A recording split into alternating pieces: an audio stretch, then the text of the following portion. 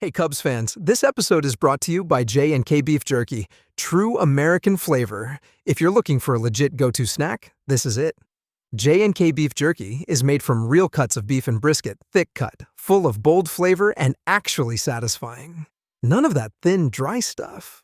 This is real, meaty jerky. They've got a variety of flavors too, from classic to sweet, spicy, and smoky. Head over to jkjerky.com and use code CLUB120 at checkout for a discount. That's jkjerky.com, code CLUB120. Welcome to Club 120, the ultimate roundtable for diehard Cubs fans and lovers of all things sports and lifestyle. Strike three, you're out. Hosted by Neil and Nate, two former baseball players and coaches turned loud mouths with strong opinions and even stronger banner. Get ready for quick-hitting, time-answer segments packed with wit, laughs, and the occasional heated debate. From analyzing Cubs on-field action to diving into off-field drama, no topic is off limits. So grab your glove, pour a drink, and pull up a seat at Club 120, where the banner's quick, the takes are hot, and the Cubs always come first. Let's get started. Play ball. Hello, Cubs friends. It's 120. You know what that means. Grab an old style and a bleacher seat. You're in Club 120. Let's talk Cubs. I'm Nate, and with me as always is a man who goes all the way to Florida, not to lay up, but would rather be 139 out. Neil, what's on today's lineup card? That is the distance, man. That is ideal. That's ideal. 139 in. Nice little 9-iron, soft little 9-iron. Try not to leave too big of a divot. That's where it's at. Hey, thanks for everyone watching, listening, whether you're in the car, at the gym. Thanks for watching Club 120. As always, we appreciate you and couldn't do it without you. Also, man, we didn't have an episode last week, so I feel like we haven't done this in forever. But we're going to kick it off, man. We're going to kick it off with feast or famine. Are the Cubs actually an offensive juggernaut or just wildly inconsistent? The Cavalry is coming right. Injury updates, Iowa help, whether this team needs reinforcements from Iowa or trade bait. We'll hit the house of cards. Is the rotation real strength or barely holding it together? After that, it's the NL Central Bullies. Are the Cubs National League contenders or just beating up the division? And finally, our topic of the week, cruising altitude. Have the Cubs settled in or are we still flying through turbulence? Let's get into topic one, man. Here we go. Feast or famine. Yeah. So are the Cubs actually an offensive juggernaut or just inconsistent? Well, if you just look at their one-loss record, you would say they're wildly inconsistent, wouldn't you? Well, I mean, if you're just looking at their win-loss record, you don't know how those wins and losses came. So I think if you're looking at the season as a cumulative, you would say they're wildly inconsistent because you're going to see, I don't remember what the first streak was, but then there was a 10, a 3-loss, a 10, and now we're back to a 3-loss. That is the picture of inconsistent, or consistently inconsistent, Right. however you want to word it. So yeah, and that's, you and I talked about that last week was, if you would lose 3 out of every 13 games, I mean, you take that, right? Absolutely. Yeah. Absolutely. So the hardest part is when it's back to back, right? And then you see those issues when you present itself offensively and we say, hey, we've built a balanced lineup.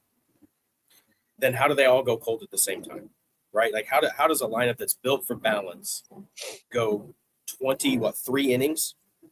Was that what it was? 23 innings without a run? And many of those was not very, were not really competitive innings either.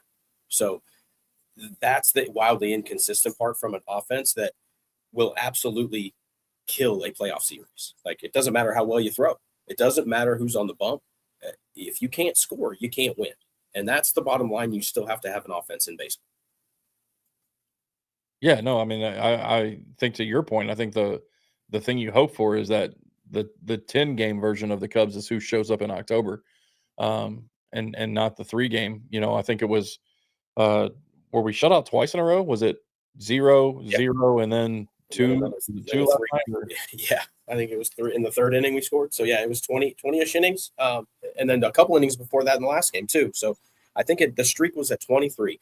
So the broad question here is that a warning sign, or is that just baseball? Can you really look at the cumulative and say, hey, that's just baseball? That's 20. That's just 20 forgettable innings in a whole season of innings. Well, look, you and I both know that there's no science behind it, right? There's no I don't know what the right word I'm looking for. Science isn't the word, but it's not real. But mentally, it is a thing that, and you as a coach have said it. I've said it as a coach. Like, hitting's contagious. And is it really contagious? Like, are you going to catch it from someone else? No, but like, it is a real thing. And I think, when you look at our big offensive games, it's interesting to see. We did a segment on it a few weeks ago about when we score first. We also talk about Nico Wigo. Like, if Nico leads off the game with a base hit, you can almost guarantee. Like, I would love to see that number. I'm sure Baseball Savant probably can cook that up for us, but like, I would love to see how many games the Cubs win that he leads off the game with a hit, regardless of whether he scores or not. Yeah. You're just saying just the momentum factor of just a knock to start the game. Just good old fashioned little league coach speak. Hey, hitting's contagious. Like, it seems that would be the really easiest cure, right? Just somebody grind out a knock. My biggest concern is it seems like this team is starting to develop an offensive switch at times, and there's been some times where they flick it on late, and you're like, all right, here we go. And that's what we were concerned about in the first 13 games. Man, this team would not turn it on after the sixth inning. Like, they were just there. If they were up 1 or 2 runs, they were going to hold it. But if they were down more than 3, they're not catching, right? I think that's a something that we could develop into, and you'd love it, to be able to say, hey, we're on today. But with the amount of specialty pitching in the league these days, that's almost a moot point to think that you can turn it on and off, right? Because you could be nullified by a bullpen. Yeah, and but my thing is not necessarily, we're gonna talk in metaphors here today, I guess, about hitting being contagious and all. I also don't like when we don't have a hit the first time through. I don't like our mental approach the second time through. It almost seems like, well, we were no hit through 4. I guess I guess I'm just disinterested now. Just take a run at the first 3. Yeah, it's like, what, like have an approach. Like, let's grind one out here. Like, let's see, let's play a game with ourselves inside the dugout. Like, we just got no hit through 4 innings, and we're back to the top, right? Like, or we just got no hit through 3, so now we're into 4. Let's play a game with ourselves. This next time through, let's see who can have the most pitches in an at bat. Let's just play a game. Boy, there's a couple of guys that is almost impossible for, is it not, right now? Yeah.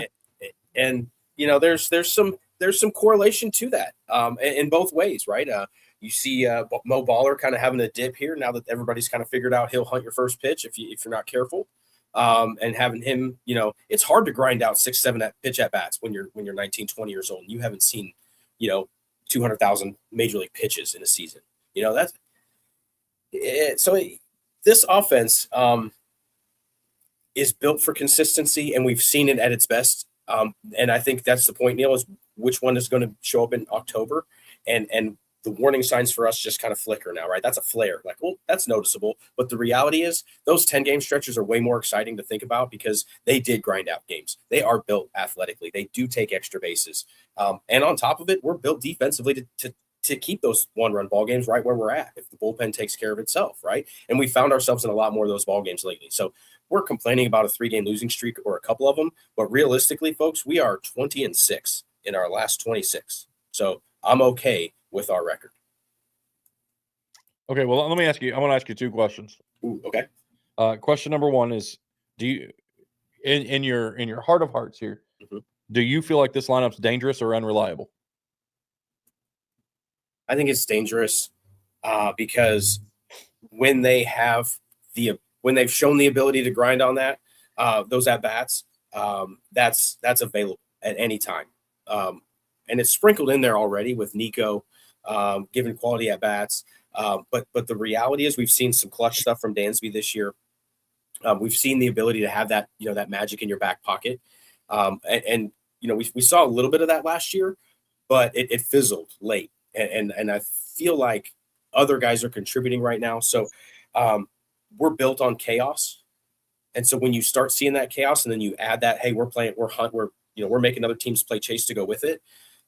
That's where it gets really fun. The concern is when it disappears for 20 plus innings, but we've seen way more consistency lately to build a reliable thought process that a couple games here or there is not that big of a deal because they can grind. Okay. My next question is, would you trust this offense in a 2-1 playoff game? Absolutely. Okay. Absolutely. They're doing much more right now as far as going first to thirds. You're seeing them be more opportunistic on the opposite field. Again, 10 games in a row where you're flying high on offense and you're grinding games, whether they're grinding out at bats when they're up 6-7 runs. 7-run innings are huge, and that's a lot of time to get relaxed. So you can see plenty of activity down there. They're hungry. It's just a moment, I think. All right. Well, so if the offense cools off, the Cubs are definitely going to need reinforcements. So let's move on to topic number 2. The cavalry is coming. The cavalry is Right. coming, aren't they? We hope. So injury report and support. Do the Cubs need support in your mind? Well, it's hard to say, man, we need support when you got 20 games under your belt in the last 25 games, if you will. But let's run down these because the reality is we started the season with a lot of expectations for most of these guys on this list, this short list here. And that's where we're at. We think we're down bad, but the reality is there's a couple of things here. Obviously with Kate Horton, that's not coming back, right? So that's the one that's there. But you know what? We dealt with that last year with Justin Steele. So we're where we're at now, and we are who we are. So really what we're missing here is Caleb Thielbar, who is, according to the internets today, he's going to be heading out tonight on a rehab assignment. So Thielbar looks to be coming back from his hammy injury. And then the other guy, from a rotation standpoint, Boyd had meniscus cleanup, so looking like maybe July 1. And then the other two here would be Jordan Wicks and Riley Martin. So I wanted to get your thoughts there. Jordan Wicks threw 81 pitches, 4 shutout last week. And then Riley Martin is going to be maybe in the all-star break from a comeback standpoint. So short-term, long-term, looking at Thielbar and Wicks being back in the mix. Boyd here around July, maybe Riley Martin. And then the last one here, last two guys are your Justin Steele and Jackson Wiggins. Do you have any thoughts on long-term impact of those guys or expectations for guys like Steele or Jackson Wiggins? And then give me your thoughts on what impact Wicks might have in the upcoming future for you. Yeah, I mean, I would love to see Jordan Wicks come back. I would love to see Jordan Wicks play 3 weeks of a baseball season without being hurt. I think that would be good for a kid who's probably going to be looking for his next contract soon. Maybe I'm in the minority. I don't expect Justin Steele to come back this year. I am cautiously optimistic about Matthew Boyd. I'll be honest with you, where I'm at with all these injuries and things, and I don't know that we're even getting the real story on that one. Like, I mean, is that what happened? Like, does anybody? I mean, can we verify that? Like, the Boyd story? Yeah. Like, I mean, I sense a conspiracy theory here. Are we talking about Cubs medical again? That's what I'm saying. Like, can we even trust what they tell you anymore? Like I just expect to wake up every day, and at some point, it's going to be like, we got a 2-week rehab assignment because we are hand cramped signing autographs before the game. Like that's where we're at. Like, so I just hold my breath anymore with any of these guys. As far as the pitching goes, something is going to have to happen, and that's my problem. Is I don't know. Are we talking Iowa or are we talking shopping? And I guess the debate I have for you is like, should the Cubs trust what they have in Iowa? The problem is the guys in Iowa that you want aren't even healthy, so they're hurt too. Yeah. So your top two guys right now are Jordan Wicks on that one end, right, available. But then your top end is Jackson Wiggins, and I'm going to put this in loose quotations. They said he's playing catch. That's his current status.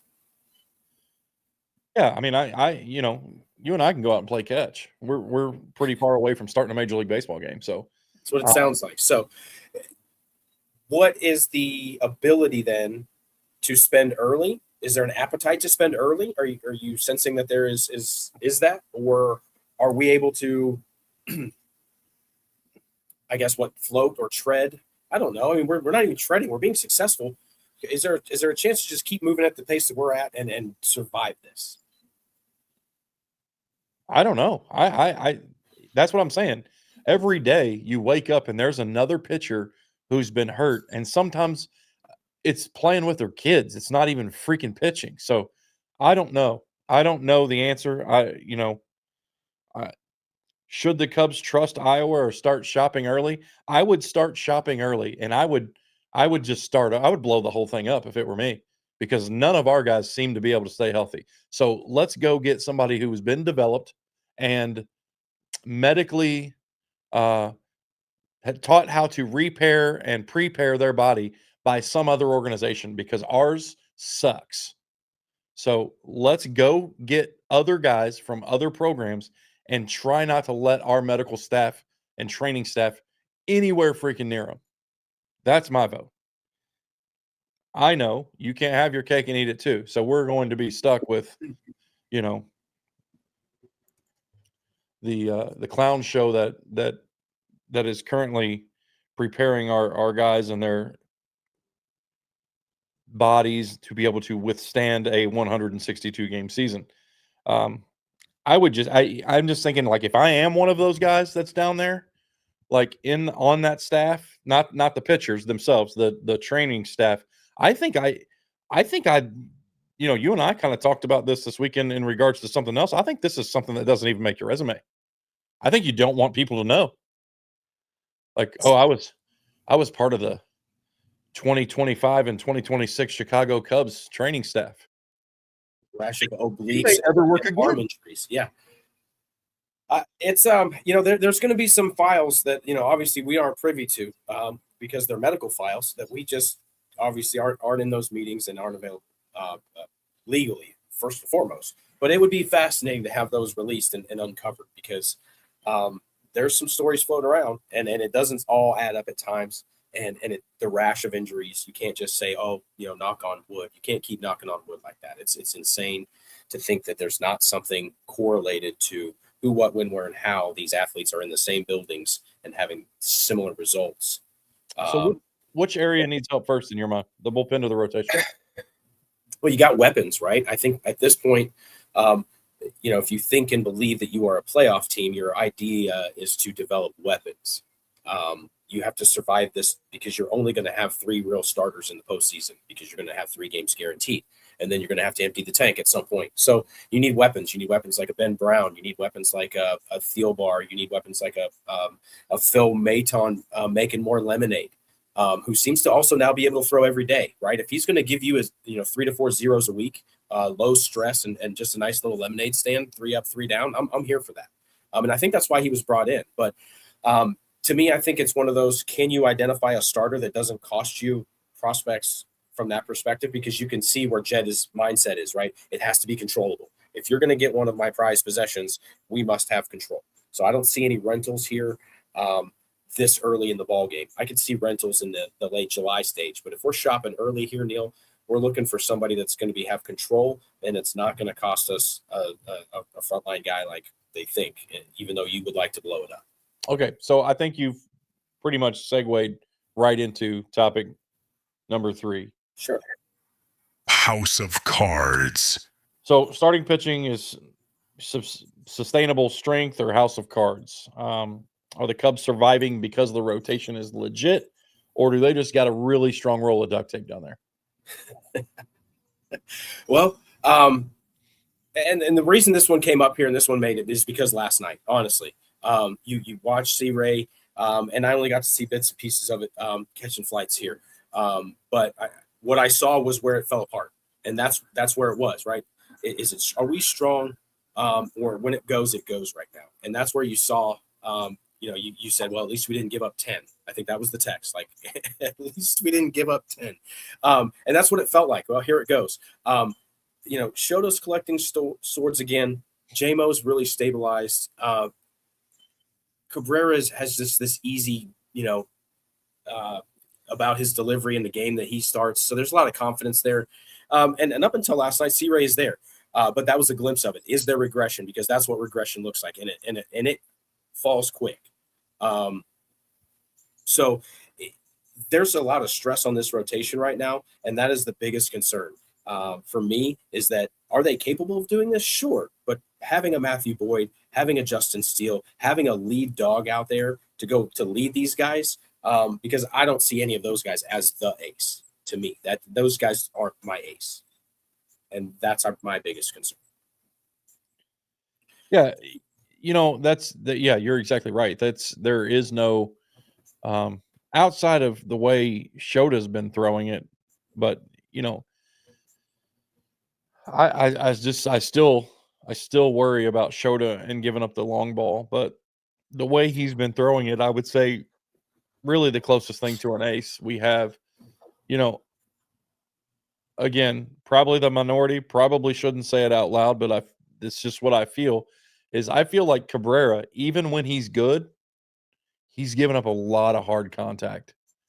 They're just right at guys. Like, I think there's a lot of high exit velo coming off when Cabrera's on the mound, and that's scary to me because that hard contact, it's like at the beginning of the year, we started out like 2-6, but had the third highest hard hit rate in all of baseball. Like, right. And we knew, like, just hang on, fellas, like it's going to get better. And then we reel off 10 in a row. I feel like that's kind of where we are with Cabrera. I feel like he gives up a lot of really hard contact, and we've been very fortunate as of yet. I think at some point that hard contact, it's either got to change for him where we're not inducing so much hard contact, or it's got to change for him in that stuff's eventually going to fall because you can't keep living the way we're living here. Right. Shota, though, I do feel like when I'm looking through and they're like, Shota's on the bump today, lineups released, it's Shota day, I feel somewhat better than, like, you never know.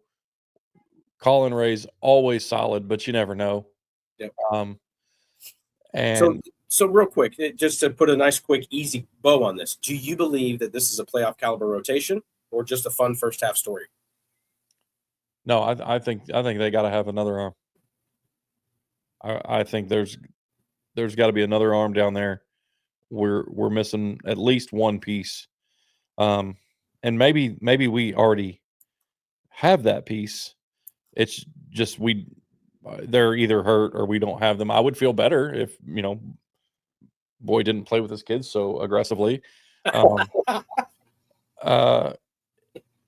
So let me, as is, excluding Boyd because he's not in the dugout, do you feel like this rotation is good or just surviving?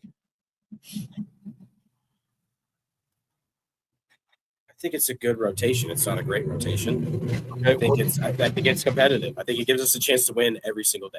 And which starter do you trust the most? Shota. Okay. He's collecting swords. The depth on his pitches right now is just it's just that elite stuff that we were hoping for. We got in the first year and we, kind of wavered. He's back. And you've witnessed it in person. Showtime is a thing. And so if we're looking for some energy, this is a great night for it. As far as I guess we record on Wednesday, so it's showtime here. So, that's where we're looking for, and looking for a stopper. That's what you need. So good rotations have a stopper in it, and it doesn't have to be your number one guy. It's just, hey, okay, we're done here, right? Like that's enough, and we're gonna get a good outing. This is what it's gonna take, and if it takes a 1-run ball game tonight, great. If the bats show up, great. But here's my 6 innings. Here's my 6 or 7. Let's go. Okay, so that is 100. So if the pitching holds, Mhm. then we move on to our topic number 4.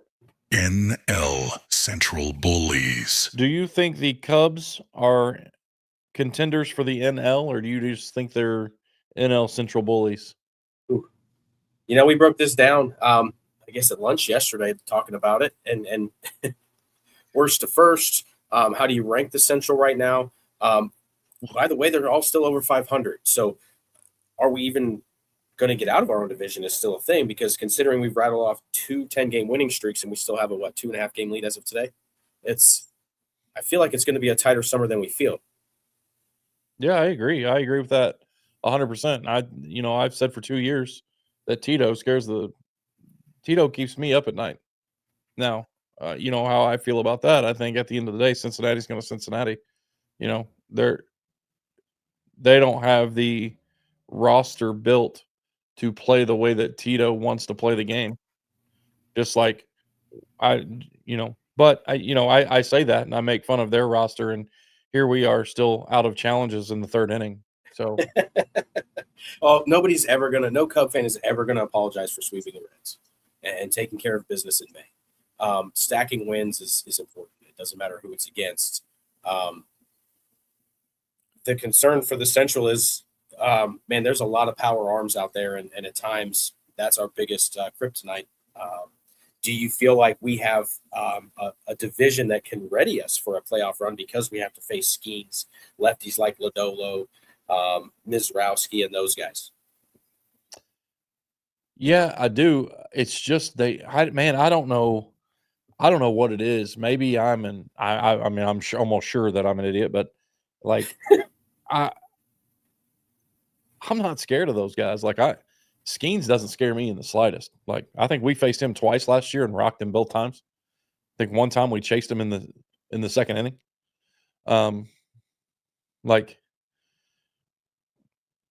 I don't know. There's something there that doesn't scare me. Now I do worry about the Miz and Milwaukee. Like, if that kid, once he hits puberty, like look out. Like, he gets off that Accutane and his acne clears up and he's, ready for 9th grade. Like, he could be legit, and like, but again, like, I don't know why I'm not scared. You know what I'm scared of? Like, I'm scared.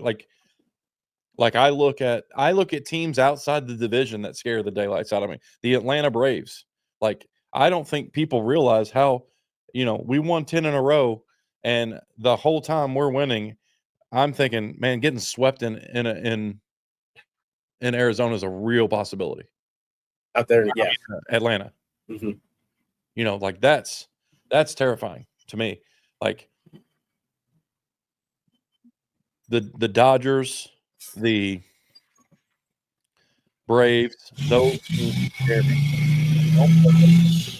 Because if you look at their divisions, they're terrible. Right. So that's the concern is, okay, so our division is all above 500. No, we struggle against our own division. Isn't that bad? I mean, we're staring at a first-round matchup potentially against Tito or Milwaukee. Yeah, 100%. And that's what they scare me less, is what I'm saying. Like, I don't know why. And that's why I started with, I'm probably an idiot. Like, all the teams with winning records, I mean, don't get me wrong, the Braves are probably, I think, the best team in baseball right now, right? Record-wise? Yes. On May 9th, we had the best record in baseball. Right. We had the best record in baseball getting ready to go play Atlanta, and I think that's a real possibility for us to get swept. I just don't think that's a great matchup.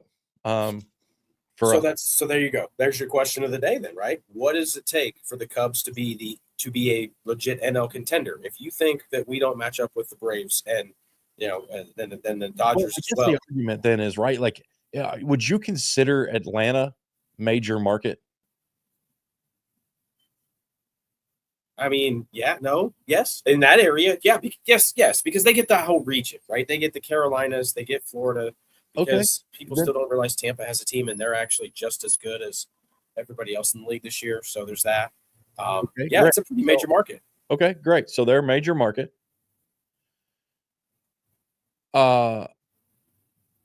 I think that's what it is, and I think I've answered my own question, and I am in it. And what doesn't scare me is that none of the other teams in our division are a major market. Like, it's like it's like all of those teams are like would give anything, like their fan bases would give anything to be us. Right. Their fan bases don't come to baseball games. Like, I mean, a Saturday afternoon and it's freaking 75 and sunny, and you got 8,000 people going to your baseball game. Like, I guess that's why, and I think that's why it doesn't. I think our roster's the same way. I think they're built the same way. Look at the performance of Ian Happ versus Cincinnati and Pittsburgh, and then the performance of Ian Happ versus the rest of baseball. Some good numbers there in those couple towns. It's unbelievable. He must have real estate in both because he freaking owns them. Like the old Aaron Rodgers against the Chicago Bears. Like, Right. he Ian Happ owns Cincinnati, owns Pittsburgh. It's not even close. It's unbelievable. I mean, I think at one point his his consecutive on base against Pittsburgh was like up to 49 games. Yeah. Like that's like 6 years. Like, I mean, that's a lot. It's unbelievable. I think that's how our team is. I think they just aren't scared of these guys. Like their little brother. And I think they go into these, they go into LA and Pete's talking about how awesome the outfield is and how much room there is to run around out there and the climate, and you know what I mean? Like, these guys are in awe. Like, they're in, So you think there's some second city mentality there when looking at other major markets? Yeah, I do. I think we're a major market, but I think we're even with I'm trying to think, like, I don't know. Like, I just don't think that there'll ever be, the cover, we joke about it all the time, how MLB is just yanking off like the Dodgers and the Yankees every freaking day. Like, Aaron, would you rather be chased, or would you rather go do the hunt? Oh, that's a great question. I don't know. I think I would. Man, I like doing the chasing. Well, we're kind of in the middle of both, right? It seems like our division's chasing us, and then we're chasing them. We're chasing the others. I'm interested to see as this team develops here. We've talked about it, whether it's helping the pitching rotation or if it's the bullpen, and how this thing develops over the summer, because what we're going to present in October is going to have to beat those major markets. So we're not little brother, and we've already shown that we're here. I like that we're there, and I like that we're a chaos team. Be the disruptors. And I think they thrive on that. I think Pete thrives on that kind of mentality, right? He is chaos. So there is some mentality there of that, and that's okay. I think we've built that in. Heck, when we talk about, these guys hear about it, the payroll and everything else, all of these things are all built in to the mentality of being a Cubs fan or being a Cub, if you will, right? And even I think as a front runner, we're not a good front runner. We're not. We're just good. We're likable. We say that too. We fly the L flag when we lose. Like, we'll tell everybody we lost today. We sucked. That happens. And that's the lovable part of being a Cub. But there's going to have to be some legit thought process here as far as what we're going to look like in October if we are going to go more than just a puncher's chance in the playoffs. Yeah. Okay. So this brings us to our final topic, which is a bigger picture topic. Topic of the week: cruising altitude. Have the Cubs reached cruising altitude, or are they still climbing through turbulence? This is a good one here. It seems like every time the seatbelt light goes off, you feel like you're in a really good spot, and then the captain comes on and cancels the drink service. And that's kind of where we're at right now. We reel off 10 and we're like, man, we're going to the moon. Get on, everybody, let's go. And then the bats go away for 3 days. And you're just like, okay, well, that's baseball, I guess. We have to remember that. So as long as they don't cancel drink service, I think we're going to get there. Because I don't think we need to be perfect. I would just rather be a little bit more predictable. So, is that something, predictability?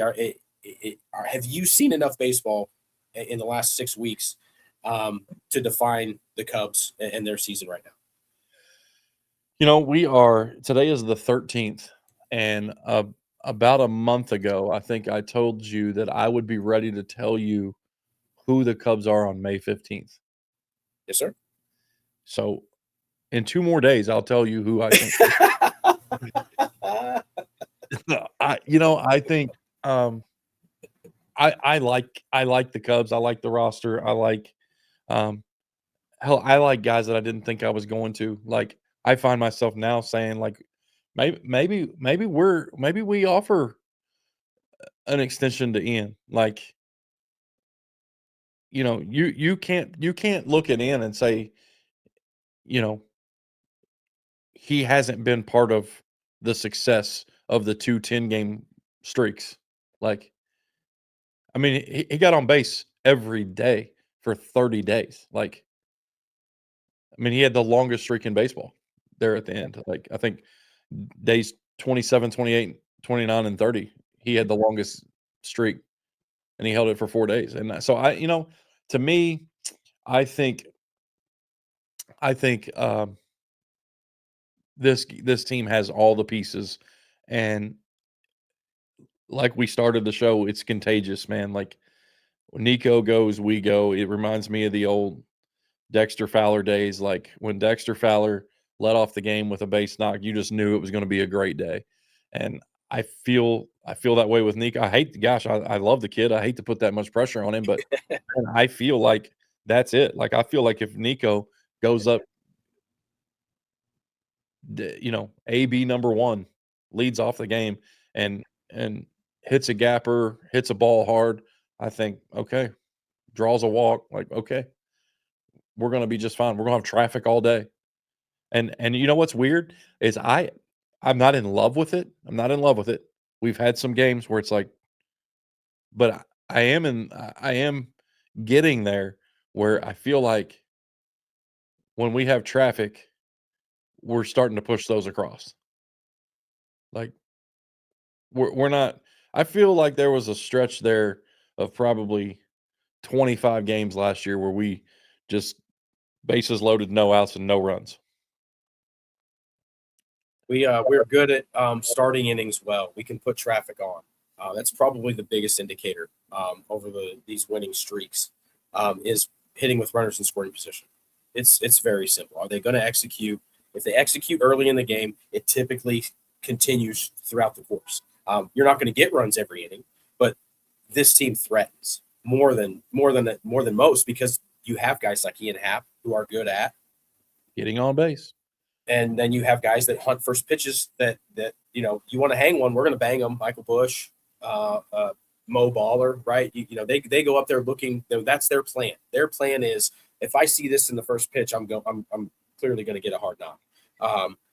So it's built for, you can't get comfortable against the Cubs. Unfortunately, when they don't get that one knock somewhere in the first 3 to 5 innings, it typically seems that it makes it really hard late to find, because then you get into the matchups, right? That neutralizes so many things whenever the guys are going out there going, well, Pete doesn't see a good pitch from the 7th inning on, right? Unless you chase a guy, and then you get to their closer and he's right-handed, and you're like, well, I'll take Pete against anybody's closer, right? And those are the types of matchups that you want to see. But they're lefty guys, and there's times where I feel so bad for Pete. I don't know why, or not just Pete, any lefty, because it's like, oh, here comes this guy, and then 2 innings later, bam, here comes another guy with another wicked angle at him, and it's like, man, am I that important? They will walk guys, and then change pitchers just for Pete, and it's like, that's insane. He's hitting in the 9 hole, folks. It's there, but this team, from a chaos standpoint, if you control a couple of things, You don't let the Cubs get on you early, right? If the Cubs make you play chase, you're going to play chase all night. And if you don't let anything chaos-wise happen after the 7th inning where you don't, walk a guy and give the Cubs a chance, you have a chance to hold them down. But the reality is they're wildly unpredictable right now, and that's probably the best thing for us because we have a long summer, and I would rather be unpredictable than realize that we don't have a chance if we don't do these certain things because we fixed certain things from the first section of the season, and it seems like we're working on some new things now, like how we're matching up with the bullpen. Have you seen those numbers? Craig is like 9-2 in one-run ball games right now. So, we can complain about the trapper keeper and all those things, but the reality is maybe being uncomfortable is right where the Cubs want everybody. No, I think, I think it's I like where we are. I love where we are defensively. I think we're solid at every single spot. I love where we are traffic wise. I think we create traffic. We're really good when we create chaos. We don't always do it, but I think we're good when we do. And there's we've played a lot of games against some guys that just are playing, 12U baseball that turn their head when they try to catch a ground ball. They don't they don't take a big hop, but they have all of the jewelry and the accessories, like the kid, you always knew when you were playing basketball as a young kid, when you got on the court and the one kid that had all of the gear, like the sleeve and you just knew that kid sucked. And I just kind of we don't have that guy, you know what I mean? We don't have I think we're solid everywhere. There's a lot of teams, a lot of games we've played where we've seen teams throw it around the diamond, kick it around the diamond, and we just don't do that. And I'm defensively, I love where we're at. Again, the offense and the chaos, and the big knock, right, is that we don't hit the ball over the wall. Who freaking cares? Let's just keep wearing them down. I don't know what game it was the other day that you and I were watching where the starter was I don't know, it was the 4th inning and was up to 72 pitches or something like that. When they grind, it's it's a short day. It can be a short day. When they're hunting first pitches and they're not getting hard knocks, then, there's been some games where, they're in the 6th inning and the guys had 40 pitches as well. So, and we've won those games too. It's just about whether we're going to be competitive, right? If we're going to be in a one-run ball game, 1 up, 1 down, we're going to be in the spot for a bloop and a blast always. So with that being said, if this is who the Cubs are, can this version actually win in October? Yeah, I think so. I think if we get some arms, some starters now that are we're going to hold teams to 2 or 3 runs. I think we can grind out 4 runs a game. I'm not worried about that. That's what I think. Well, there's going to be some influx here. We're going to see some changes. I hope that we don't have to ride all the way till the trade deadline for all these rumors. And then they're just starting. But when you're a good team, you can capitalize on that opportunity. And I think that's where we're at. I think we're looking for a weapon and an opportunity to capitalize on a division that should be won this year, even though it's good. But I'm interested to see how we, continue to smooth these out because the 3 in a rows, they still feel real to me. All right, that's it for us. Thanks for watching. Thanks for tuning in. Thanks for listening. However it is you take us in, we are overtime. I am sure of it. So be sure to follow, subscribe, all of that good stuff. Thanks for watching, and go Cubs go. Go Cubs go. This has been Club 120. Neil and Nate have practically spent their entire lives doing something centered around baseball. And with these guys, you're going to get quick-hitting, time-answer segments packed with wit, laughs, and, yes, heated debates. We hope you enjoyed the show. If you did, make sure to like, rate, and review. We'll be back soon. But in the meantime, you can find us on all social media platforms at Club 120 Show. And of course, the website at www.club120show.com. Until next time, go Cubs, go!